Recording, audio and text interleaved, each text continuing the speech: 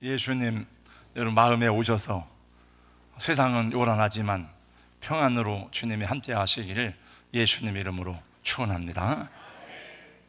저는 필리핀을 참 많이 갔어도 이렇게 오지에 가서 선교하고 일하느라고 다녔지 놀러 다니거나 구경한 것은 별로 없습니다.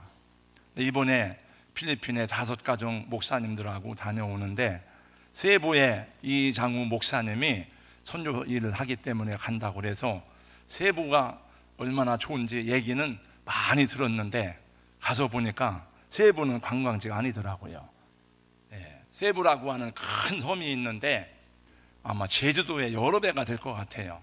그래서 왜 세부를 관광지라고 하는지 모르겠어요. 저는 관광지는 못 가보고 그랬는데 나중에 말씀드리겠지만은 정말 살기가 어려운 많은 모습들을 보았습니다. 특별히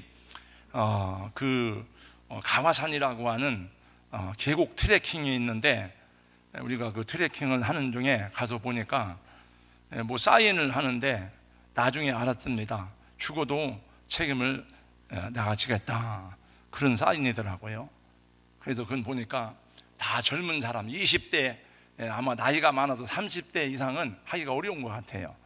근데 우리 사모님들은 빼고 목사님들 6명이 선교사님하고 그 계곡 트레킹을 했는데 15m 점프, 10m 점프 하는데 저는 수동부 출신이라 15m는 점프를 못했습니다. 근데 이제 그 차를 타고 한 여러 시간을 가는 동안에 남자들은 모이면 군대 얘기하잖아요. 나는 특전사 출신이다, 나는 수방사 출신이다. 그거 자랑한 사람들은 자랑한 것 때문에 안 뛸 수가 없으니까 아주 그 눈을 감고 뛰었는데 상당히 위험한 행동을 했다 하는 생각을 갖게 되고 와서 보니까 어젠가요 우리 히말라야 등반하던 김창호 씨를 비롯해서 5명이 지금 목숨을 잃었습니다. 참 그분들은 행복하게 세상을 떠났죠. 왜? 자기들이 그렇게 산을 좋아하고 산사람이 되었고 했으니까, 산에서 붙였으니까 얼마나 안식이 될지 모르지만은 그의 가족들은 어떻게 될까 하는 생각을 해봅니다만은 어떤 분이 또 그런 말을 썼더라고요.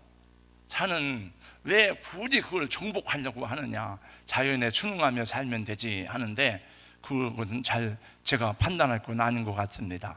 아무튼 여러분 주 안에서 강건하여 하나님의 말씀 안에서 무엇이 옳은지를 분별하며 살아가는 은혜가 있기를 예수님의 이름으로 권면합니다. 마태복음 강의 79번째 시간입니다. 예수님 제자들을 택하시고 제자들과 함께 많은 일을 하셨어요. 예수님의 사역은 주로 갈릴리 지방을 중심으로 이루어졌습니다. 병든 사람들을 어루만져 고치시고 귀신을 내쫓으시고 광풍을 잠잠케 하시고 오병이어의 기적을 베풀어 주셨습니다. 제자들과 함께 먹고 자고 생활한 시간이 우리 마태복음 강해하면서 여기까지 온 시간이 한 3년 가까이 걸렸습니다. 그러니까 예수님 공생의 사역이 3년 반이니까 남은 사역은 얼마 남지 않은 거죠. 이제 예수님은 예루살렘으로 올라가셔서 마지막으로 고난을 받으시고 십자가 지고 당신은 죽으실 것입니다. 그리고 이제 주님 부활하신 다음에 승천하실 것을 예수님이 다 아셨습니다. 그러면 예수님이 승천하신 다음에 누가 이 땅에 하나님 나라의 사역을 감당할 수 있을까? 누가 예수님의 복음을 전할 수 있을까? 그거는 물어볼 필요도 없이 예수님의 12제자가 첫 번째로 사명을 감당하게 될 것입니다. 그런데 예수님의 제자들을 볼 때에는 아직도 예수가 누군지를 잘 모르는 제자들이 많이 있었습니다. 그 예수님의 걱정이 많았습니다. 주님이 이제는 자기의 사역의 마지막 때가 가까이 오는데, 그래서 빌립보 가이사랴 지역에 가다가 제자들에게 물어봤습니다. 사람들이 인자를 누구라고 하더냐? 인자는 예수님이 자기를 표현할 때 쓰는 말이었습니다. 제자들이 대답했습니다. 예수님을 보고 어떤 이는 세례 요한이라고 합니다. 엘리야라고 합니다. 어떤 이는 에레미야 같은 분이라고 말합니다. 다시 예수님이 물었습니다. 너희는 나를 누구라고 하느냐? 예수님의 제자들에게 이걸 물을 때에 아마 가슴이 떨렸을지도 모릅니다. 왜냐하면 나와 함께 3년 동안 먹고 마시고 자고 생활하고 했는데 혹시 엉뚱한 대답을 하면 어떻게 하나? 이 제자들이 괜히 이상한 대답을 하면 내가 어떻게 할까? 많이 걱정이 되셨을 것 같아요. 근데 베드로가 이렇게 말했습니다. 16절입니다. 주는 그도시요 살아계신 하나님의 아들이시니이다. 할렐루야. 여러분, 예수님에 대한 정확한 신앙 고백입니다. 우리도 이렇게 고백하고 있습니다. 예수님이 그 말을 들을 때에 너무나 마음이 흡족하고 기뻤습니다. 베드로는 어떻게 이런 말을 할 수 있었을까요? 예수님의 그 다음 말씀을 들으면 알 수가 있어요. 17절 말씀에 보니까 바요나 시모나, 이건 요나의 아들 시모나, 내가 복이 있도다. 이를 너에게 알게 하니는 네 혈육이 아니요 하늘에 계신 너의 아버지시니라. 할렐루야. 여러분, 베드로가 똑똑해서 눈치가 빨라가지고 이렇게 말한 것이 아니라는 것입니다. 하나님께서 가르쳐 주시고 성령께서 깨닫게 하신 것입니다. 우리 사랑하는 성도님들, 저와 여러분의 믿음도 마찬가지입니다. 우리가 이렇게 믿음을 갖게 되고 하나님을 아버지라 부르고 예수님을 나의 구주로 영접하고 우리가 받은 그 은혜는 우리가 똑똑해서 우리가 선한 일을 많이 해서 그런 것이 아니고 하나님께서 우리 마음을 열게 하시고 성령께서 깨우쳐 주셔서 우리가 예수님을 나의 구주로 영접하고 우리가 구원받은 하나님의 자녀가 된 줄로 믿으시기 바랍니다. 오늘 베드로의 신앙 고백 후에 주님은 놀라운 말씀을 하셨어요. 그것이 바로 18절 말씀이에요. 다 같이 함께 18절을 읽겠습니다. 다 같이요. 시작. 또 내가 내게 이르노니 너는 베드로라. 내가 이 반석 위에 내 교회를 세우리니 음부의 권세가 이기지 못하리라. 오늘 이 말씀 속에서 우리는 교회가 무엇인지, 교회가 왜 세상에 존재하게 되었는지, 교회의 주인은 누구인지를 분명하게 알 수가 있습니다. 주님의 이 말씀 속에는 주님이 기뻐하시는 올바른 교회가 무엇인지, 교회의 본질이 무엇인지를 계시해 주는 원리가 들어 있습니다. 저는 저와 여러분 성도님들이 이 말씀에 근거해서 올바른 신앙생활, 또 올바른 교회생활, 또 주님이 기뻐하는 교회로 세워져 가는 은혜가 있기를 예수님의 이름으로 소원하고 축복합니다.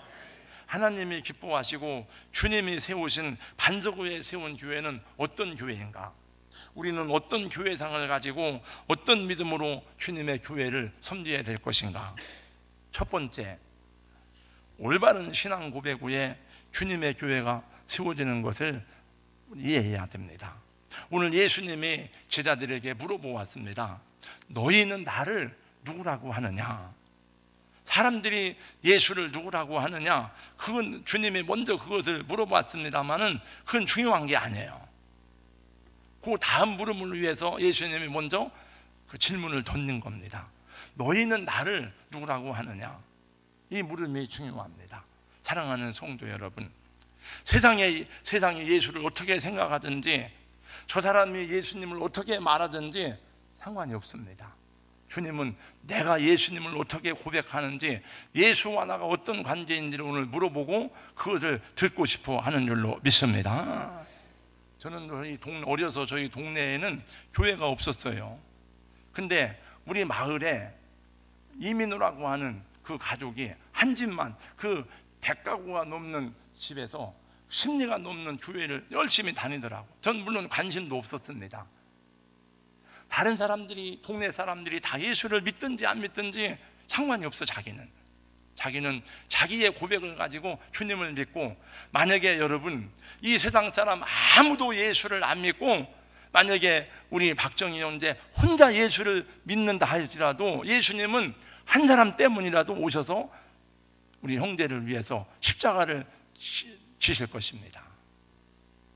제가 옛날 우리 박기용 목사님 있을 때에 저 신안 앞바다에 신안군에 병풍도라고 하는 섬이 있는데, 병풍도라는 섬에 붙은 새끼 섬이 있더라고요. 그 섬 이름이 기점이라는 섬인데, 그 동네는 모두가 다 예수님을 믿는데 한 가정이 예수를 안 믿는데요. 함식 가정 가운데. 그러니까 그 사람은 예수를 안 믿는 자기 뜻이 있겠죠. 이제 다 예수를 믿어도 그건 자기 생각이니까, 자기 마음이니까.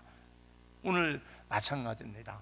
여러분, 누가 어떻게 하든지, 누가 예수 믿고 복을 받았든지, 누가 예수를 부인하든지 상관이 없습니다. 오늘 나는 내 믿음을 가지고 주님 앞에 분명하게 고백하는 하나님의 자녀가 하나님을 기쁘시게 하고 구원받은 증거를 가지게 되는 줄로 믿습니다.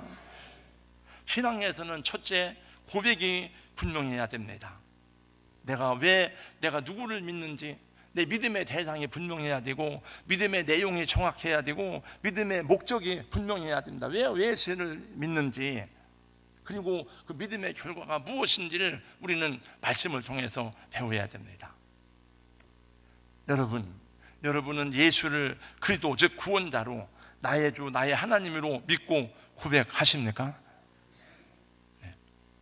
여러분, 예수님을 나의 주님으로 믿고 고백하는 신앙을 가지셨습니까? 여러분의 그 신앙 고백은 하나님이 가르쳐 주신 것이고, 여러분의 그 믿음은 성령께서 여러분 안에 오셨기 때문에 가능한 것임을 알고 먼저 하나님께 감사하시고 하나님의 은혜로 구원받는 것을 노래할 수 있기를 주님의 이름으로 축복합니다. 여러분, 아무나 다 예수님을 나의 구세주로 믿고 고백할 수 있는 것이 아닙니다. 누구나가 다 예수를 마음대로 믿고 마음대로 버릴 수 있는 것이 아닙니다.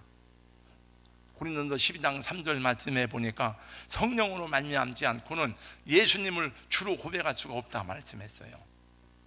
그러므로 오늘 또 내가 받은 은혜와 그 사랑을 감사하며 하나님의 은혜를 기뻐하시는 여러분 되기를 주님의 이름으로 축원합니다. 그러므로 성도 여러분, 사람을 따라 움직이지 말고 신앙 고백을 따라 움직이고 말씀을 따라 행동하는 여러분 되시기를 주님의 이름으로 축원합니다. 오늘 여러분이 아멘이라고 고백한 그 믿음의 고백이 고난과 어려움이 와도 진실해야 되고, 내가 성공하고 배가 부르고 권위가 높아져도 그 고백을 잃어버리지 말아야 되고, 시험 중에라도 이 고백이 분명할 수 있기를 예수님의 이름으로 축복합니다. 두 번째, 반석 위에 세운 교회는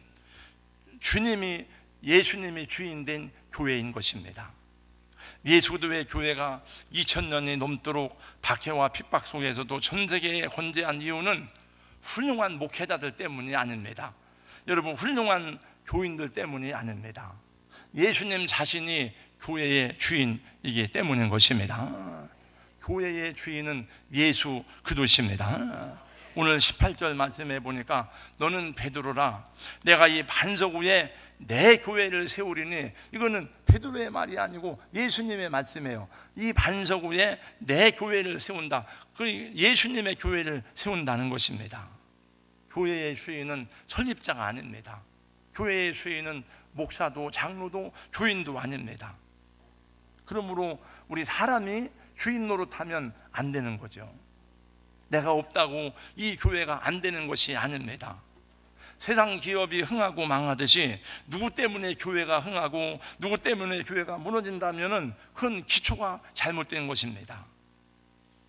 지금은 세상을 떠나셨지만 전에 온누리교회 하용조 목사님이 1년 동안 안식년을 보냈습니다. 안식년 있으면서 교회 걱정이 되더래요. 내가 없으면 교회 사람이 좀 줄어들겠지. 그리고 1년 후에 와봤더니 교회가 더 많이 부흥됐더랍니다. 그래서 그 목사님이 회개했다는 이야기를 들은 적이 있습니다.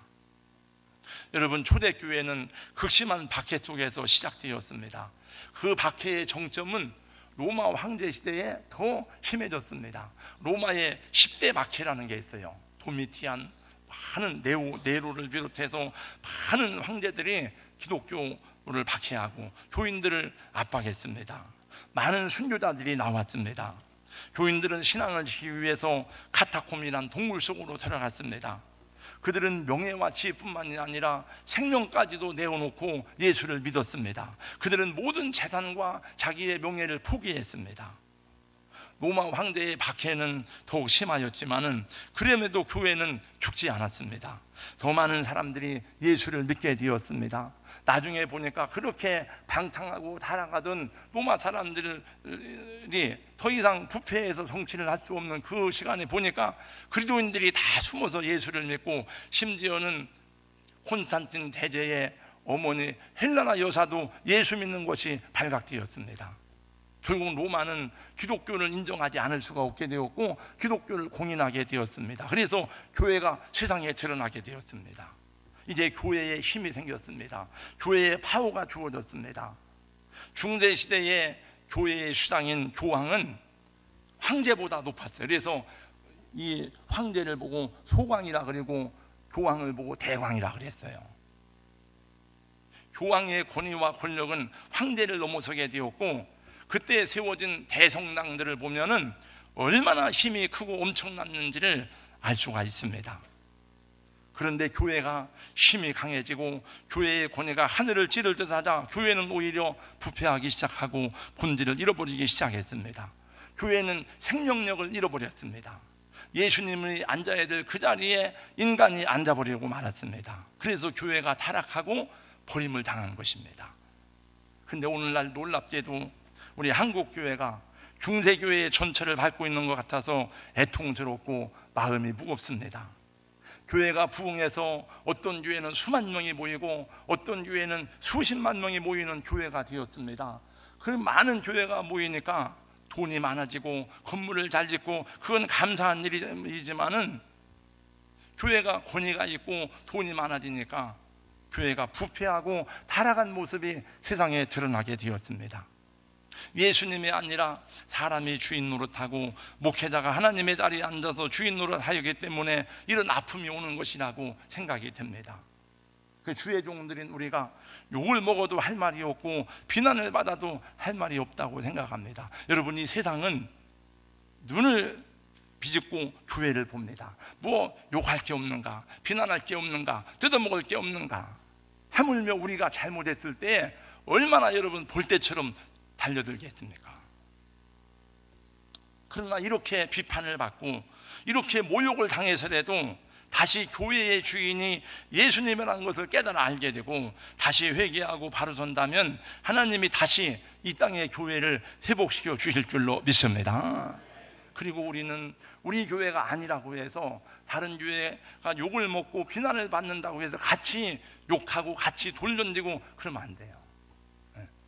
애통하는 마음으로 기도하고 하나님의 은혜를 구해야지. 우리 사랑하는 성도 여러분, 교회가 교회되기 위해서 내가 아니라 예수님의 주인 되심의 권위 앞에 겸손히 엎드릴 수 있는 저와 여러분 되기를 주님의 이름으로 축원합니다. 물론 누구보다도 주의 종된 제가 그런 자세를 가져야 되는 것은 더 말할 필요가 없을 것입니다. 우리는 내 생각과 내 고집을 내려놓고 하나님의 말씀을 지키고 따라가는 그런 교회와 그런 장로님, 재직들 될 수 있기를 다시 새롭게 결단하고 다짐합니다. 교회의 본질은 세월이 가도 변하지 않습니다. 교회의 기초는 세상이 변해도 변하지 않는 것입니다. 우리 교회가 그렇게 주님이 기뻐하는 신실한 교회, 예수님의 주인된 교회가 될 수 있기를 주님의 이름으로 축복합니다.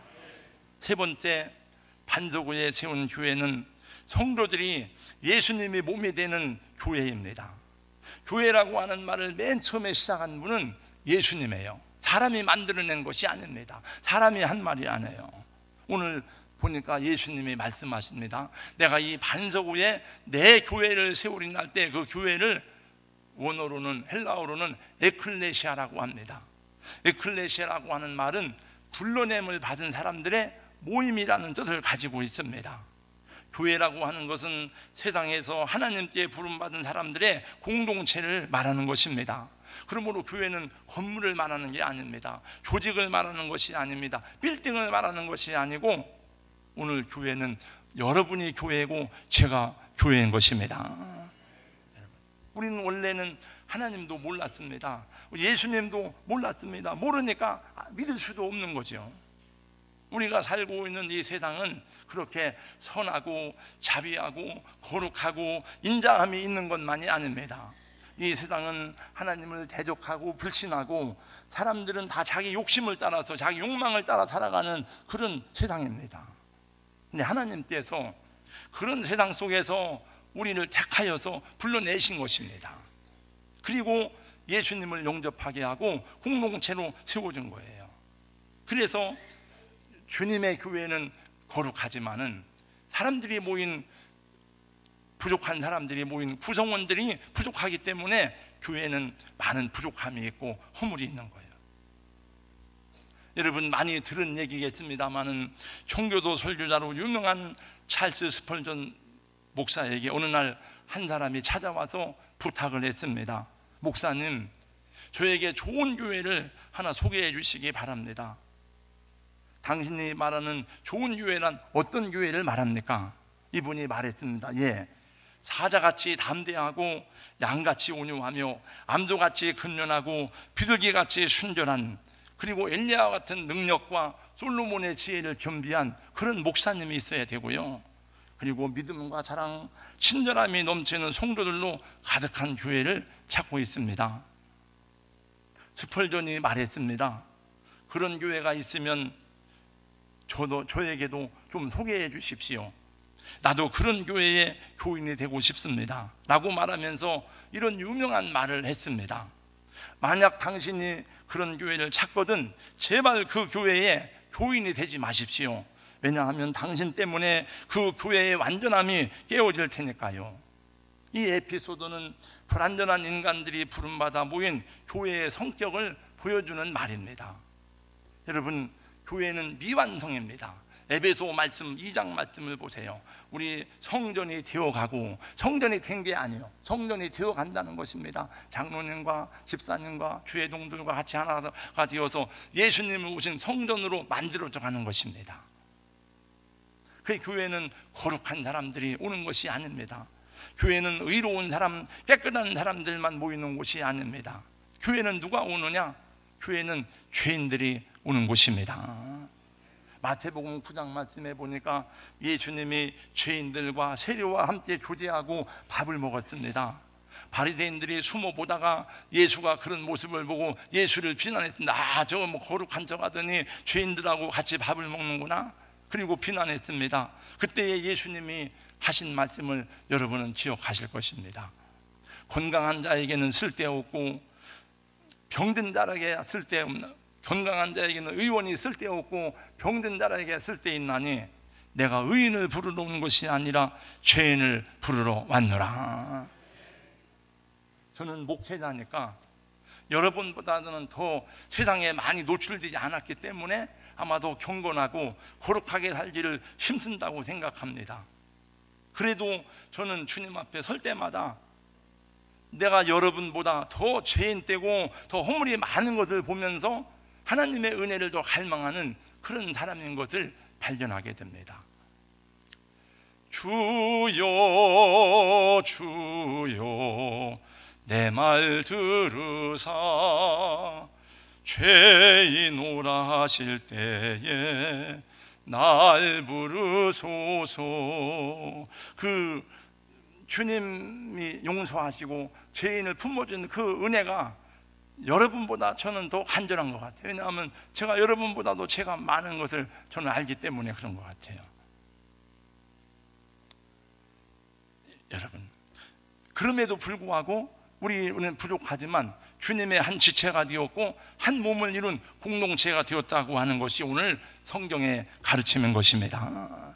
우리는 같은 고향 사람이라서 여기 모인 것이 아닙니다. 우리는 치매가 같아서 모인 것이 아닙니다. 우리는 족보가 비슷해서 서로 친목게 하려고 모인 것이 아닙니다. 우리는 예수님 때문에 예수 안에서 한 피 받아 한 몸 이룬 형제요 자매가 되었기 때문에 여기 모여서 함께 예배를 드리고 섬기고 공동체로 주님 앞에 나가는 줄로 믿습니다. 그러므로 사랑하는 성도 여러분, 한 가족이 되었기 때문에 서로 허물을 용납하고 이해하고 관용하고 사랑하고 섬겨야 될 줄로 믿습니다.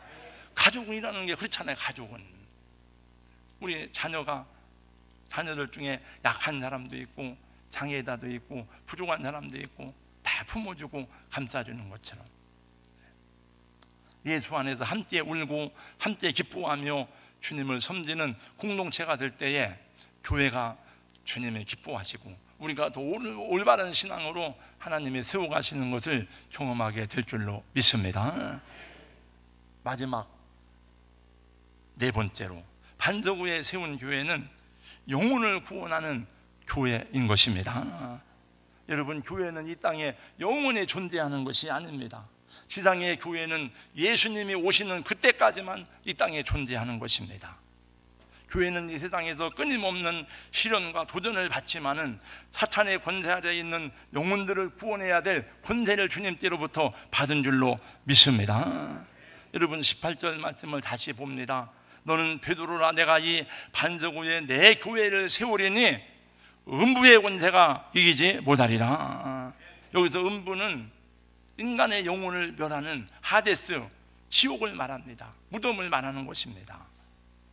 사탄의 목적은 하나님으로부터 인간들을 격리시키는 것입니다. 하나님으로부터 떨어지게 하는 것입니다. 예수를 믿지 못하게 하는 것입니다. 어떻게 하든지 예수님의 교회를 파괴하고 예수의 교회를 오염시키는 것이 마귀의 목적입니다. 그리고 이 사단 마귀는 그런 권세와 능력을 가지고 있습니다. 그래서 끊임없이 사람들로 하여금 멸망하고 자기 길을 가게 하고 우상을 숭배하고 잡신들을 섬기도록 하는 것입니다. 그러나 오늘 주님이 말씀했습니다. 내 교회를 세우리니 음부의 권세가 이기지 못하리라. 구원받아야 될 영혼들을 구원해낼 권세를 하나님이 교회에 주셨다 하는 것입니다. 그것은 예수 그리스도의 십자가와 부활의 복음인 줄로 믿으시기 바랍니다. 그러므로 우리 교회가 영혼 구원하는 일에 관심을 잃어버린다면, 선교하는 일에 관심을 잃어버린다면 하나님이 기뻐하는 교회의 목적을 잃어버린 거죠. 우리는 이탈된 거죠. 우리는 탈선한 거죠. 19절 말씀해 보면 더 분명하게 그것을 말씀합니다. 내가 천국 열쇠를 네게 주리니 내가 땅에서 무엇인지 매면 하늘에서도 매일 것이다. 우리 주님이 교회에 그 열쇠를 주셨다는 것입니다. 그러므로 영혼 구원의 사명을 끝까지 잘 감당하는 우리 교회가 될 때에 우리 교회는 반석 위에 세워진 교회가 될 줄로 믿습니다. 여러분, 마지막 때에 더 사단은 강렬하게 교회를 박해하고 교회를 핍박하고 여러 가지 모양으로 위협합니다. 그러나 우리는 교회의 장래를 걱정하지 않습니다. 왜냐하면 그건 주님이 보존하시고 주님이 지키실 것이기 때문에 우리의 믿음을 걱정하고 우리가 하나님 앞에 순종하지 않는 것을 걱정해야지, 야, 이게 뭐 이렇게 이 시대가 이렇게 악한데 교회가 어떻게 될 것인가 걱정할 거 없어요. 걱정하는 것만큼 기도하면 돼요. 어머니의 고통과 희생의 수고 없이는 아름다운 자녀를 해산할 수 없음과 같이 교회를 향한 우리의 노력과 인내, 기도의 눈물이 배어 있을 때에 우리는 교회의 가치가 얼마나 소중한지를 알게 되고 교회를 더 사랑하게 될 것입니다. 한 사람이 예수를 믿고 신앙생활을 시작하면 이 신앙을 떠나는 그날까지는, 하나님 앞에 가는 그날까지는 교회와 끊을 수 없는 관계를 갖게 돼요. 그래서 교회는 우리들에게 신앙의 어머니요, 신앙의 요람인 것입니다. 주님께서 우리 교회를, 또 여러분의 믿음을 성경적이고 건강한 교회로 세워나가기를 기도하고, 이 교회를 통해서 우리 믿음이 바르게 세워지고, 또 우리 교회가 우리 가정과 자녀들의 영혼을 축복의 통로가 되고 세상을 향해서 축복의 통로가 되는 그런 교회가 될 수 있기를 예수님 이름으로 축원합니다. 기도하겠습니다. 거룩하신 우리 하나님, 오늘은 예수님께서 지다들에게 교회가 무엇인지에 대해서, 교회의 기초가 어떠한지에 대해서 하신 말씀을 잠시 듣고 나누었습니다. 주여, 우리 생각대로가 아니라, 우리의 철학대로가 아니라 하나님의 말씀과 성경에 근거한 교회로 세워져가는 우리 교회가 되게 하여 주시옵시고, 이 시대에 죄악의 물결이 교회에도 밀려오는데 우리 하나님 끝까지 하나님 말씀으로 파수하며 교회를 바른 교회로 세워나가는 우리의 노력과 수고가 성령 안에서 아름답게 이루어질 수 있도록 복내려 주시옵소서. 우리 교회 안에 장로님들을 세워주신 것 감사합니다.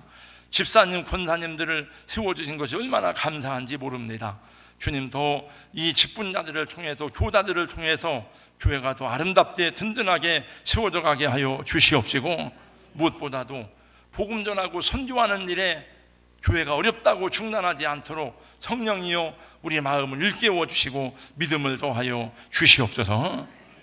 예수님 이름으로 기도하옵나이다. 아멘.